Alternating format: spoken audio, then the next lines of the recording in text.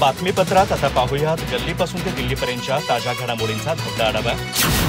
सामाजिक न्याय विभागाच्या निधी वाटपावरून एकनाथ शिंदे यांच्या शिवसेनेचे मंत्री संजय शिरसाट हे अर्थमंत्री अजित पवार यांच्यावर नाराज असल्याची चर्चा होती।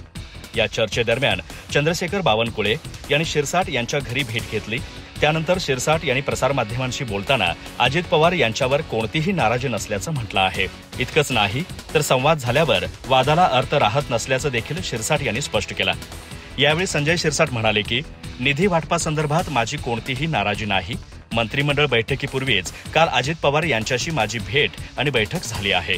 त्यांनी आश्वासन दिल्याप्रमाणे माझ्या विभागाच्या निधी संदर्भात त्यांनी त्यांच्या विभागाच्या सचिवांना तसे निर्देश देखील दिले आहेत, असं देखील संजय शिरसाट यांनी सांगितलं। अर्थ मंत्रालयाने GR काढला असला तरी अद्याप पैसे आलेले नाहीत, त्यामुळे सर्वच मंत्र्यांची अशी इच्छा होती की अर्थमंत्र्यांनी या संदर्भात बैठक घेऊन चर्चा करावी, तसेच निधी वाटप करण्यासाठी एक सिस्टीम लावावी। या संदर्भात अजित पवार काही म्हणाले असतील तर मिश्किलपणे बोलले असतील, मात्र आमच्यात कोणताही वाद नाही, एकमेकांशी संवाद होतो, त्यावेळी अशा वादाला अर्थ राहत नसल्याचं संजय शिरसाट यांनी म्हटलं आहे। चंद्रशेखर बावनकुळे यांना भेट घेण्याची इच्छा होती, त्यानुसार ते चहा घेण्यासाठी माझ्या घरी आले होते।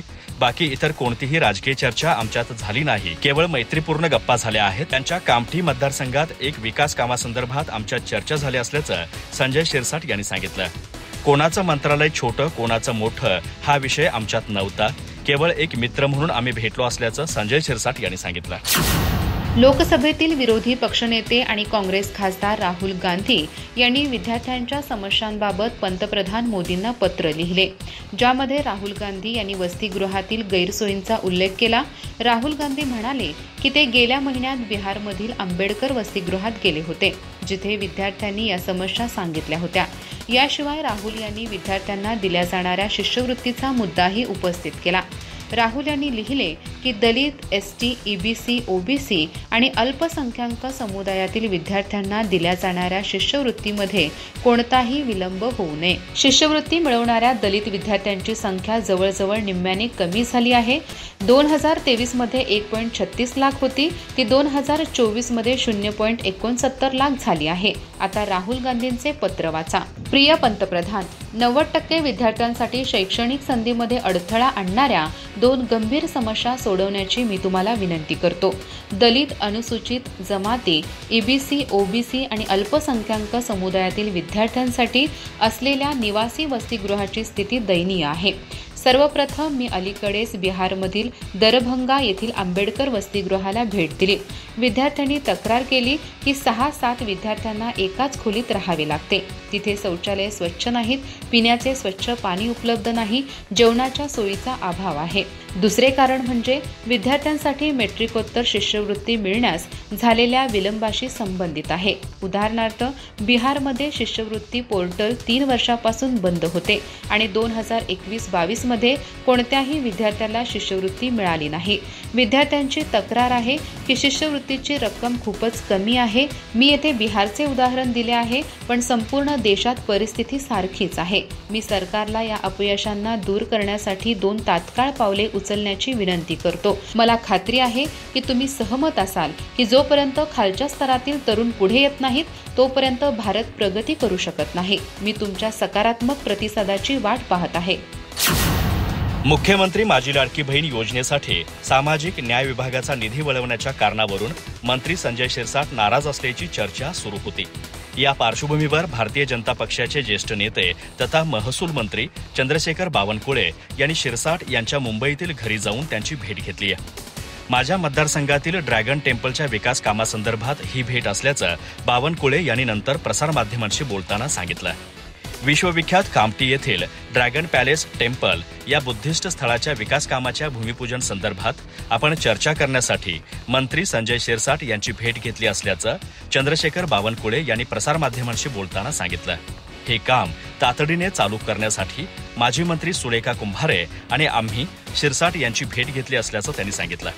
या मंदिराची जागा आणि विकासाच्या संदर्भात काही महत्त्वाच्या मुद्द्यांवर चर्चा करायची होती, त्यामुळे आम्ही शिरसाट यांच्या घरी आलो असल्याचं बावनकुळे यांनी सांगितलं।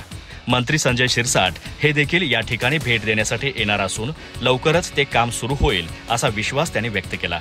लवकरच मुख्यमंत्री आणि दोन्ही उपमुख्यमंत्री यांच्यासह संजय शिरसाट आणि इतर मंत्री मिळून या विकास कामाचं भूमिपूजन करणार असल्याचं चंद्रशेखर बावनकुळे म्हणाले. अजित पवार आणि आम्ही सर्व मंत्री बसून ज्या विभागाचा जो निधी बाकी आहे त्यावर चर्चा करणार असल्याचं चंद्रशेखर बावनकुळे यांनी स्पष्ट केलं. वास्तविक त्या मंत्र्यांना बोलवून अजित पवार नेहमीच चर्चा करत असतात. मागील वेळी देखील प्रत्येक मंत्र्यांशी चर्चा करून निधीचं वाटप केलं होतं. ही प्रक्रिया पारंपरिक चालू आहे. वास्तविक मंत्री भारत गोगावले यांनी या संदर्भात वक्तव्य केलं होतं. त्यावर चंद्रशेखर बावनकुळे यांनी प्रतिक्रिया व्यक्त केली आहे.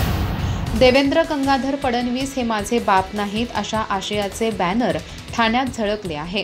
ठाकरे गटाच्या वतीने हे बॅनर लावण्यात आले असून या बॅनरची राज्यभर चर्चा होत आहे. यासोबत या बॅनरवर एक ओळ लिहून राज ठाकरे आणि उद्धव ठाकरे यांच्या एकत्र येण्याबाबत आवाहन करण्यात आले आहे. कुणी कितीही ताकद दाखवली, कसेही नाचले तरी सगळ्यांचा बाप म्हणून भारतीय जनता पार्टीचा मुख्यमंत्री बसला हे लक्षात ठेवा, असे विधान भाजपचे नेते आणि मंत्री नितेश राणे यांनी केले होते. धाराशिवमध्ये त्यांनी हे वक्तव्य केले होते. जिल्हा नियोजन समितीमधील निधी वाटपाला मिळालेल्या स्थगितीवरून त्यांनी घटक पक्षावर जोरदार हल्ला चढवला होता. त्यांच्या या विधानामुळे शिंदे गटातील नेत्यांनीही नाराजी दर्शवली होती. आता ठाकरे गटाकडून ठाण्यात बॅनर लावून नितेश राणेंना डिवचण्याचा प्रयत्न केला आहे.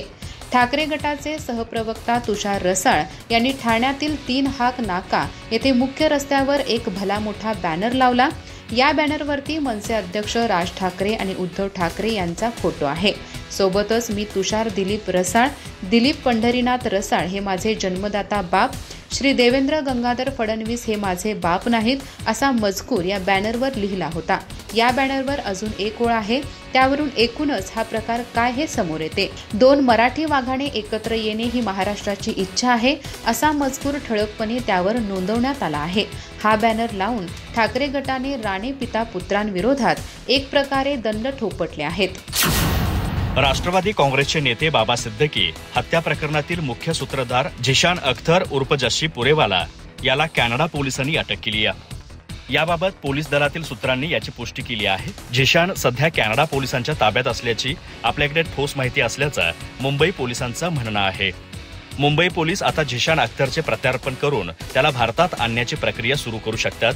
झिशान अख्तरने देश सोडून गेल्याचा दावा केला होता. त्यानंतर आता त्याला कॅनडातील सरे पोलिसांनी अटक केली आहे. मात्र ही अटक कोणत्या प्रकरणात करण्यात आली हे अद्याप स्पष्ट झालेलं नाही. 12 ऑक्टोबर 2024च्या रात्री बाबा सिद्दीकींची त्यांचा मुलगा झिशान सिद्दीकीच्या ऑफिसबाहेर गोळ्या घालून हत्या करण्यात आली. गँगस्टर लॉरेन्स गँगने या हत्येची जबाबदारी घेतली. बाबा सिद्दीकींचा बॉलिवूड स्टार सलमान खानशी जवळचा संबंध होता, म्हणूनच त्यांची हत्या करण्यात आली असा दावा लॉरेन्स टोळीने केला होता. लॉरेन्स गँगचे सलमान खानशी जुने वैर आहे. पोलीस तपासात असे दिसून आलं आहे की सिद्दीकींच्या हत्येमागील सूत्रधार जालंधरचा रहिवाशी झिशान अख्तर होता. हत्येनंतर तो परदेशात पळून गेला. त्यानंतर असा दावा करण्यात आला की पाकिस्तानशी डॉन शहजाद भट्टीने त्याला पळून जाण्यास मदत केली होती. 12 ऑक्टोबर 2024 रोजी रात्री 9:30 वाजता माजी मंत्री बाबा सिद्दीकी यांची मुंबईतील वांद्रे येथील खेरवाडी सिग्नलवर हत्या करण्यात आली. बाबा सिद्दीकी त्यांचा मुलगा झिशानच्या ऑफिसमधून बाहेर निघताच त्यांच्यावर 6 गोळ्या झाडण्यात आल्या. 2 गोळ्या सिद्दीकींच्या पोटात आणि 1 छातीवर लागली. घटनेनंतर त्यांना लीलावती रुग्णालयात दाखल करण्यात आलं. तेथे रात्री 11:27 त्यांना मृत घोषित करण्यात आला. या प्रकरणी पोलिसांनी उत्तर प्रदेशातील बराईज येथून हरीश कुमार, कैथल हरियाणा येथून गुरमेल बलजीत सिंग, बहराईच उत्तर प्रदेश येथून धर्मराज कश्यप आणि पुणे महाराष्ट्र येथून प्रवीण लोणकर यांना अटक केली. लॉरेन्स टोळीने या हत्येची जबाबदारी घेतली. बाबा सिद्दीकी हे रिअल इस्टेट व्यवसायातही सहभागी होते. तथापि ते राजकारण आणि व्यवसायापेक्षा बॉलिवूडमधील त्यांच्या संबंधांसाठी अधिक प्रसिद्ध होते. राज्यातील मराठा आरक्षणाचा कायदेशीर आधार तपासण्यासाठी मुंबई उच्च न्यायालयात बुधवारपासून विशेष खंडपीठात सुनावणी सुरू होणार आहे. राज्य सरकारने सामाजिक आणि शैक्षणिकदृष्ट्या मागासवर्ग अंतर्गत मराठा समाजाला दिलेल्या 10% आरक्षणाच्या विरोधातील याचिका गेल्या अनेक महिन्यापासून प्रलंबित होत्या. या याचिका लवकर निकाली काढण्याचे निर्देश सर्वोच्च न्यायालयाने 15 मे रोजी जारी केले होते. त्यानुसार बुधवारी सायंकाळी 5 वाजता या विशेष सुनावणीला सुरुवात होणार आहे, अशी माहिती हायकोर्ट रजिस्ट्रारतर्फे जाहीर करण्यात आली आहे.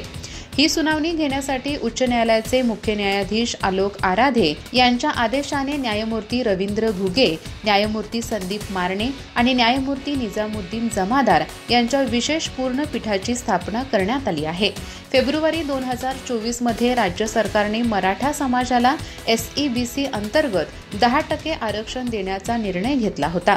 मात्र या निर्णयामुळे एकूण आरक्षण मर्यादा 50% अधिक झाली. त्यामुळे आरक्षण हे घटनाबाह्य ठरत असल्याचा मुद्दा उपस्थित करत विविध याचिकाकर्त्यांनी एप्रिल 2024 मध्ये मुंबई उच्च न्यायालयात आव्हान दिले होते. दुसरीकडे काहींनी या आरक्षणाच्या समर्थनार्थही न्यायालयात याचिका दाखल केल्या आहेत. यावर आता एकत्रित सुनावणी मुंबई उच्च न्यायालयात होणार आहे. आरक्षणाच्या आधारावर मराठा विद्यार्थ्यांचे शैक्षणिक प्रवेश सध्या त्रिशंकू अवस्थेत आहेत. विशेषतः वैद्यकीय प्रवेश प्रक्रियेत अनिश्चितता निर्माण झाल्याने सर्वोच्च न्यायालयाने तातडीने सुनावणी घेण्याचे निर्देश उच्च न्यायालयाला दिले होते. दरम्यान जानेवारी 2025 मध्ये तत्कालीन मुख्य न्यायाधीश देवेंद्र कुमार उपाध्याय यांची दिल्ली उच्च न्यायालयात बदली झाल्यामुळे याचिकावरची सुनावणी रखडली होती. परिणामी याचिकाकर्त्यांनी थेट सर्वोच्च न्यायालयात धाव घेतली. सरन्यायाधीश भूषण गवई यांच्या नेतृत्वाखालील खंडपीठाने मुंबई उच्च न्यायालयाला जलद सुनावणीसाठी नवीन खंडपीठ गठीत करण्याचे निर्देश दिले. अजित पवारांची आंदोलनावरची भूमिका ही लोकशाहीला छेद देणारी आहे. विरोधी पक्षाने आंदोलने केली नाहीत तर सत्ताधारी माजतील, अशा शब्दांमध्ये ठाकरे गटाचे खासदार संजय राऊत यांनी अजित पवारांवर निशाणा साधला. स्वतःवरील कारवाया वाचवण्यासाठी दादा सत्तेत गेले, अशी टीकाही संजय राऊतांनी केली आहे. पालिका निवडणुकांसाठी सर्व तयारी केली असल्याची माहिती त्यांनी दिली. निवडणुका कशा लढवायच्या या संदर्भात स्थानिक नेत्यांवर निर्णय सोपवण्यात आल्याचंही ते म्हणाले. संजय राऊत म्हणाले की अजित पवार यांनी आंदोलनांवर जी भूमिका मांडली ती लोकशाहीमध्ये विरोधी पक्षाचं जे स्थान आहे त्याला छेद देणारे आहे. विरोधी पक्षाने आंदोलने जर केली नाहीत तर सत्ताधारी माजतील, राज्य देश लुटतील, महानगरपालिका, जिल्हा परिषदा यांच्यावर डाके टाकतील, जनतेच्या प्रश्नांना कुणी वाचा फोडणार नाही, अशी टीका ठाकरे गटाचे खासदार संजय राऊत यांनी केली. शरद पवारांनी त्यांचा जो पक्ष उभा केला तो आंदोलनातून उभा केला. शिवसेनेसारखा पक्ष हे एक आंदोलन आहे. संयुक्त महाराष्ट्राचं आंदोलन झालं नसतं किंवा अशी अनेक आंदोलनं आम्ही केली नसती तर आज अजित पवार आज या महाराष्ट्राचे उपमुख्यमंत्री किंवा पुढारी झाले नसते, असा टोलाही संजय राऊत यांनी लगावला. मुंबईसह राज्यातील महानगरपालिका निवडणुकांची तयारी आम्ही सुरू केली आहे. प्रभाग 227, 236 हा विषय होता, पण निवडणूक आयोग आणि सर्वोच्च न्यायालयाने जे आदेश दिलेत त्यावर आता मुंबई महानगरपालिकेच्या निवडणुका होतील. संपूर्ण महाराष्ट्रात आम्ही त्या दृष्टीने तयारी केली आहे. निवडणुका कशा प्रकारे लढायच्या, कोणाबरोबर लढायच्या, स्वतंत्र लढायच्या की नाही त्या संदर्भात पक्षांमध्ये चर्चा सुरू आहे. काही विषयांवर चर्चा संपलेली आहे. या संदर्भात निर्णय घेण्याचे बरेचसे अधिकार शिवसेना पक्षप्रमुखांनी स्थानिक पातळीवर दिलेले आहेत. महाविकास आघाडीत आपल्याला कुठे कुठे लढता येईल, जर कुठे महाविकास आघाडीत लढणं शक्य नसल्यास आपण एकटे लढू शकतो का याचा आढावा घेण्यास सांगितला आहे. त्यानंतर उद्धव ठाकरे निर्णय घेतील, अशी माहिती संजय राऊत यांनी दिली आहे.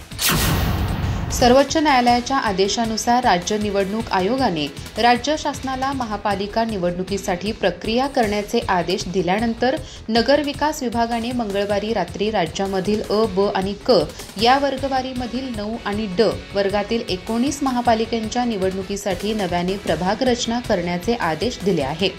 मात्र प्रभाग रचना करताना 2011 मधील लोकसंख्येचे ब्लॉक गृहीत धरले जाणार असून या ठिकाणी झालेले नवीन रस्ते व हद्दीमधील किरकोळ बदलाचा समावेश केल्यास जवळपास 2017 मधील रचनेनुसारच नवीन प्रभाग तयार होणार आहे. सर्वसाधारणपणे पुढील 2 महिने या प्रक्रियेमध्ये जाणार असून पावसाळा संपल्यानंतर मतदानाची प्रक्रिया होऊ शकते. राज्यामध्ये महाविकास आघाडीचे सरकार असताना त्यांनी 4 सदस्य प्रभाग रचना रद्द करून 3 सदस्य प्रभाग रचना केली होती. मात्र ओबीसी आरक्षण तसेच अन्य मुद्द्यावरून सर्वोच्च न्यायालयांमध्ये याचिका दाखल झाल्यानंतर निवडणुकीला स्थगिती आली. मध्यंतरी सर्वोच्च न्यायालयाने ही स्थगिती उठवून पुढील 4 महिन्यांमध्ये निवडणुका घेण्याचे आदेश दिले. त्यानुसार राज्य निवडणूक आयोगाने राज्याच्या नगर विकास खात्याला निर्देश देत आगामी महापालिका निवडणुकीसाठी प्रभाग रचना व अन्य प्रक्रिया पूर्ण करावी असे आदेश दिले होते. त्यानुसार मंगळवारी रात्री नगर विकास खात्याने 2 स्वतंत्र आदेश काढून संबंधित महापालिका आयुक्तांना नवीन प्रभाग रचना कशी व कोणत्या पद्धतीने करायची या संदर्भामध्ये मार्गदर्शन सूचना जारी केले. महाराष्ट्र महानगरपालिका अधिनियम 1949च्या तरतुदीनुसार 2024 मध्ये सुधारित करण्यात आलेल्या नियमानुसार प्रत्येक प्रभागातून कमीत कमी 3 आणि जास्तीत जास्त 5 सदस्य निवडले जातील. ही प्रभाग रचना संबंधित शहरातील जनगणनेनुसार झालेल्या लोकसंख्येच्या आधारे केली जाणार आहे.